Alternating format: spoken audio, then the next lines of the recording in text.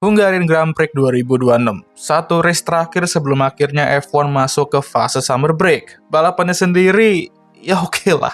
Ada beberapa drama tetapi kurang lebih secara keseruan dan kekezalan yang mirip-mirip dikit sama di Spa kemarin untuk beberapa fans kali ya. Untuk rating gue kasih 3,5 dari 5, jadi ya oke lah, tanpa basa-basi langsung aja untuk terakhir kalinya sebelum summer break. Silakan duduk, santuy, dan ngopi setelah balapan tadi dan bahas top 3 pembalap terbaik dan terburuk GP Hungaria 2026.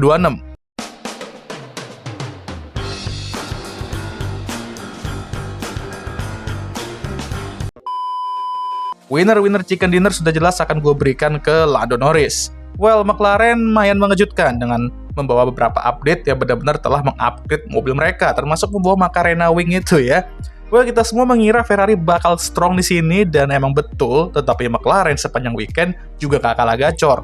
Apalagi Lando Norris. Dan terbukti di qualifying kemarin, Lando mampu meraih pole di detik-detik terakhir. Dan di race, oke, blunder dikit, meng-inner channelkan diri 2024-nya dengan melebar dan ngasih Oscar nyalip. Tapi, pace-nya tetap oke di stint pertama dan malah setelah pit dengan ban hard, langsung gacor pace-nya, apalagi di clean air. Dan terdapat sedikit bantuan dari kawan lama. Makasih ya seseorang. Dan Lando pun mampu overcut Oscar, menggacor di clean air, dan akhirnya kemenangan pertama untuk juara dunia bertahan musim ini.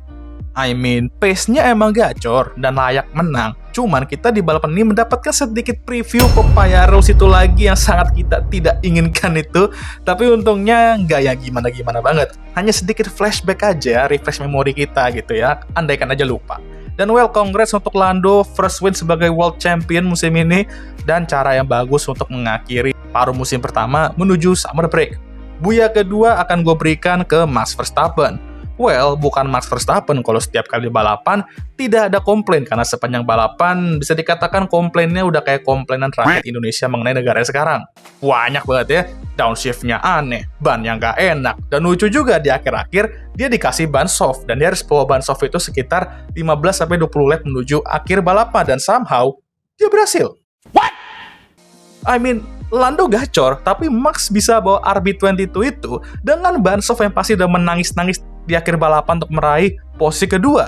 Gelo kata gue mah keren, Max keren cuy, keren, respect. Dan lagi-lagi menyelamatkan Lauren Mekies untuk membuat statement minta maaf. Dan tentu dia memberikan kita beberapa overtaking klasik kayak overtake ke Lewis di turn 1 yang sedikit memberikan kita flashback, tetapi kali ini mampu berakhir aman.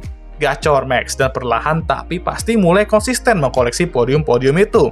Karena ini merupakan 3 podium dari 4 balapan terakhir untuk Max. Dan sebenarnya bisa aja 4 podium beruntun kalau bukan karena ya lupain aja ya.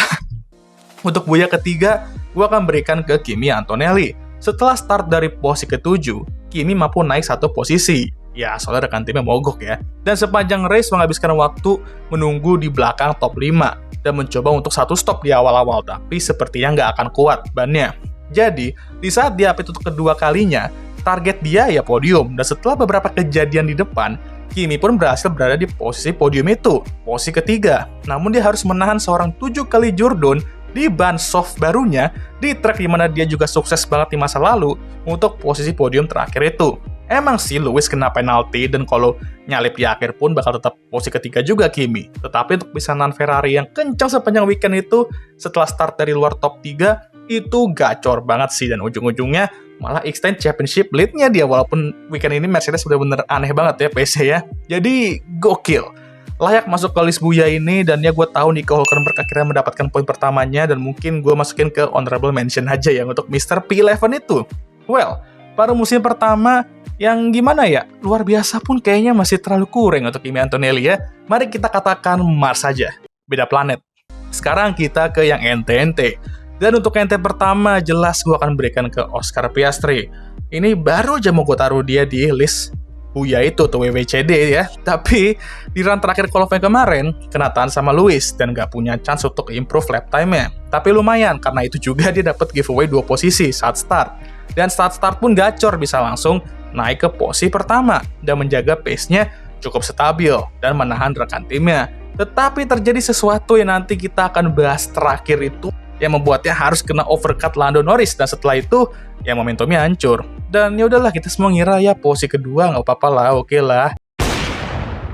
Lama gearboxnya pun juga capek ya kan? Well, hari yang awalnya terlihat menjanjikan jadi menghampakan. Emang the true back burner ya. Oke lah, harus diakui ya, emang pace-nya nggak sekencang Lando, tetapi jika dia masih bisa stay di depannya, plus gearbox-nya juga nggak rusak, ya mungkin balapannya bisa jauh berbeda. Untung aja, setelah ini Summer Break dan Oscar harus mengetahui defisitnya ke Lando tuh di beberapa race terakhir tuh kenapa gitu ya.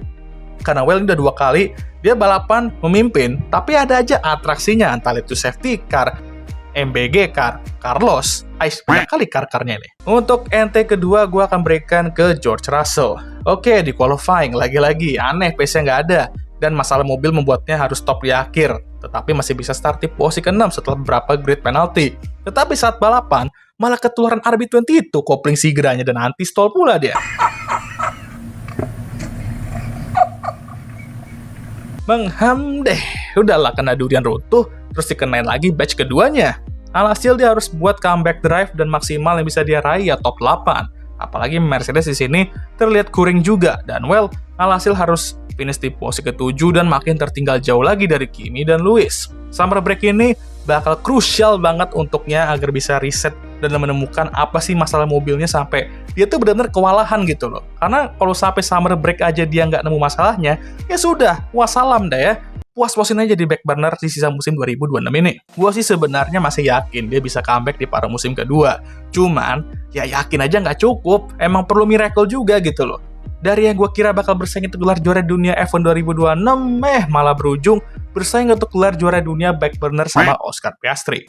Untuk NT ketiga nih, gue buat khusus spesial seperti kata gue tadi di NT-nya Oscar, pembalap yang nyetir gerobak MBG itu Carlos Sainz. Karena apa-apaan itu, Dan jujur, ini bukan pertama kalinya dia benar-benar nggak ngelihat cerminnya ketika ada pembalap di belakang. Dan itu terjadi lagi di sini ketika dia lagi asik-asik duel tuh sama Aston Martin. Siapa yang nggak lihat kalau ada Oscar yang lagi ngos-ngosan kenceng-kencengnya ngejar Lando, dan lebih parahnya lagi dia nabrakin dia ke arah rumput itu.